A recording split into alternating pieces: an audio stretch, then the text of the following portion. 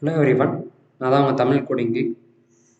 So இன்றைக்கி வீடியோவில் நம்ம சிஎஸ்எஸ் ப்ராப்பர்ட்டியான ஓவர்ஃப்ளோ பற்றி பார்க்கலாம். ஸோ அந்த ஓவர்ஃப்ளோ பற்றி நம்ம டீட்டெயிலாக பார்க்கறதுக்கு முன்னாடி HTML ஓவர்ஃப்ளோனா என்ன அண்ட் அந்த ஓவர்ஃப்ளோ எப்படி உங்கள் கண்டென்ட்டை லாஸ் ஆகாமல் ப்ரொடெக்ட் பண்ணுது அப்படின்றத நம்ம ஒரு சின்ன எக்ஸாம்பிளோட பார்த்துடலாம்.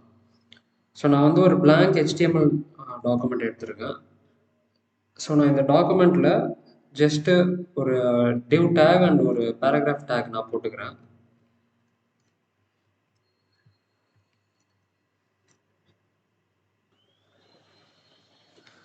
ஸோ நான் இங்கே ஒரு div டேக் அண்ட் ஒரு பேராகிராஃப் டேக் போட்டு அதில் ஒரு டம்மி டெக்ஸ்ட் மாரி ஒரு கண்டென்ட் போட்டு வச்சுருக்கேன். ஸோ இது நம்ம வெப்பேஜில் எப்படி லோட் ஆகுதுன்னு பார்த்துடலாம். ஸோ உங்களுக்கு இந்த மாதிரி இது ரெண்டும் செப்பரேட் லைன்ஸில் லோட் ஆகுது. அண்ட் ஒருவேளை நம்ம இந்த div டேக்கு ஸ்பெசிஃபிக் ஹைட் அண்ட் விட்த் கொடுக்குறோம் அப்படின்னா, ஸோ நான் ஓவர்ஃப்ளோ எக்ஸாம்பிள் அப்படின்னு ஒரு கிளாஸ் கொடுத்துக்கிட்டு இந்த கிளாஸுக்கு நான் CSS ஸ்டைலிங் கொடுத்துக்கிறேன்.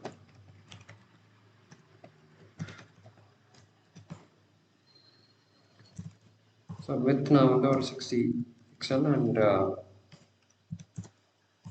ஹைட் ஒரு 250 பிக்சல் கொடுத்துட்டு இப்போ ரிஃப்ரெஷ் பண்ணுறேன் ப்ரௌசரில்.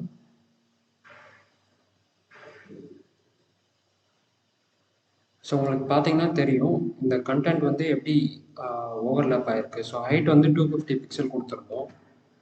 இதை அப்படியே மாற்றி கொடுத்துக்கிறேன். ஸோ ஹைட் 60 பிக்சலும் வித் 250 பிக்சலும் கொடுத்துக்கிறேன்.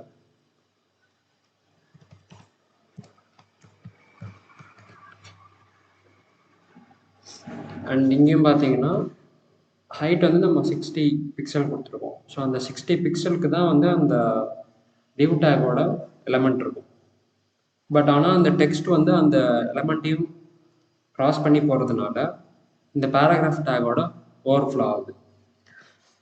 ஸோ இந்த மாதிரி தான் HTML உங்களுக்கு ஒரு டெக்ஸ்ட் லாஸ் ஆகாமல் ப்ரிவென்ட் பண்ணும். ஸோ இந்த ஓவர்ஃப்ளோன்றது not just div tags, but for all the tags இந்த ஓவர்ஃப்ளோன்றது உங்களுக்கு அந்த வித்தை விட அதிகமாக போச்சுன்னா உங்களுக்கு அப்ளை ஆகிட்டு அந்த டெக்ஸ்ட்டை எக்ஸ்ட்ராவாக தெரியும். பிகாஸ் நீங்கள் நிறையா வெப்சைட்ஸில் பார்த்துருப்பீங்க, இந்த மாதிரி ஒரு ஃபார்மில் ஒரு கடைசியில் ஒரு சப்மிட் பட்டன் இருக்குது. பட் ஆனால் சப்மிட் பட்டனுக்கு வித் 2 பிக்சல் 1 பிக்சல் அப்படின்னு கொடுத்துட்டாங்கன்னா அப்போ அந்த ஓவர்ஃப்ளோ ஆகிற அந்த டெக்ஸ்ட் தான் அந்த பட்டன் இருக்கிறதே அங்கே நோட் பண்ண வைக்கும் யூஸரை.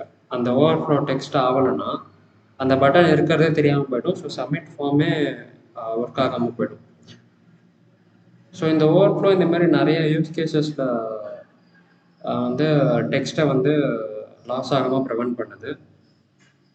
அண்ட் இந்த ஓவர்ஃப்ளோ இன்னொரு எலமெண்ட் மேலே ஓவர்லேப் ஆகாமல் நம்ம எப்படி பார்க்கலாம், CSS வச்சு எப்படி அதை கரெக்ட் பண்ணலாம் அப்படின்றத நம்ம நெக்ஸ்ட் வீடியோவில் பார்க்கலாம்.